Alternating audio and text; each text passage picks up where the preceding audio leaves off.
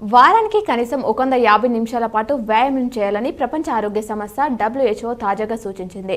300 నిమిషాల వరకు ఎక్సర్సైజులు కేటాయించాలని పేర్కొంది. అయితే ఇలా వయసు మొదలు అన్ని రకాల వయసుల వారికి పలు సిఫారసులను చేసింది. తగినంత వ్యాయామం చేయని వారిలో దీర్ఘకాలిక వ్యాధుల ముప్పు చాలా ఎక్కువ అని స్పష్టం చేసింది. ప్రధానంగా షుగర్, బీపీ, గుండె సంబంధిత సమస్యలు తలెత్తుతాయని వివరించింది. తెలంగాణ రాష్ట్ర ఖనిజాభివృద్ధి corporation chairman Iravatri Anil CM Revanth రెడ్డిని మర్యాదపూర్వకంగా కలిశారు. తనపై నమ్మకంతో కార్పొరేషన్ పదవి ఇచ్చినందుకు ఆయనకు అనిల్ కృతజ్ఞతలు తెలిపారు. అనంతరం చైర్మన్ గా బాధ్యతలు చేపట్టిన అనిల్ కు రేవంత్ రెడ్డి శుభాకాంక్షలు తెలిపారు. రాష్ట్రంలో 5 రోజుల పాటు భారీ వర్షాలు కురిసే అవకాశం ఉందని హైదరాబాద్ వాతావరణ కేంద్రం తెలిపింది.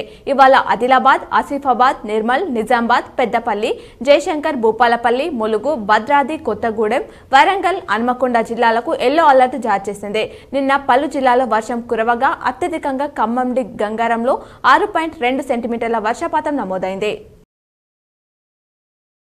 జింబాబ్వేతో T20 సిరీస్లో భారత్ నేడు 3వ మ్యాచ్ ఆడనుంది. తొలి 2 మ్యాచ్లను 2 జట్లు చెరొకటి గెలుచుకున్నాయి.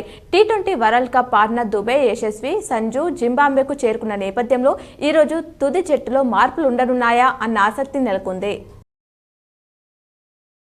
ఈ నెల 18 నుంచి వచ్చే నెల 5 వరకు ఆన్లైన్లో జరిగే DSE పరీక్షలకు సంబంధించిన ఆల్ టికెట్లు రేపటి నుంచి వెబ్సైట్లో అందుబాటులోకి రానున్నాయి. సైట్ నుంచి అభ్యర్థులు వాటిని డౌన్లోడ్ చేసుకోవచ్చని పాఠశాల విద్యాశాఖ తెలిపింది. ఈ ఏడాది దేశవ్యాప్తంగా వర్షపాతం బాగుండడంతో ఖరీఫ్ విస్తీర్ణం పెరిగింది. కేంద్ర ప్రభుత్వ వివరాల ప్రకారం పప్పు ధాన్యాలు, నూనె గింజలు, వరి పంట సాగు బాగుంది. మొత్తంగా గత ఏడాదితో పోలిస్తే 14% పెరిగాయి.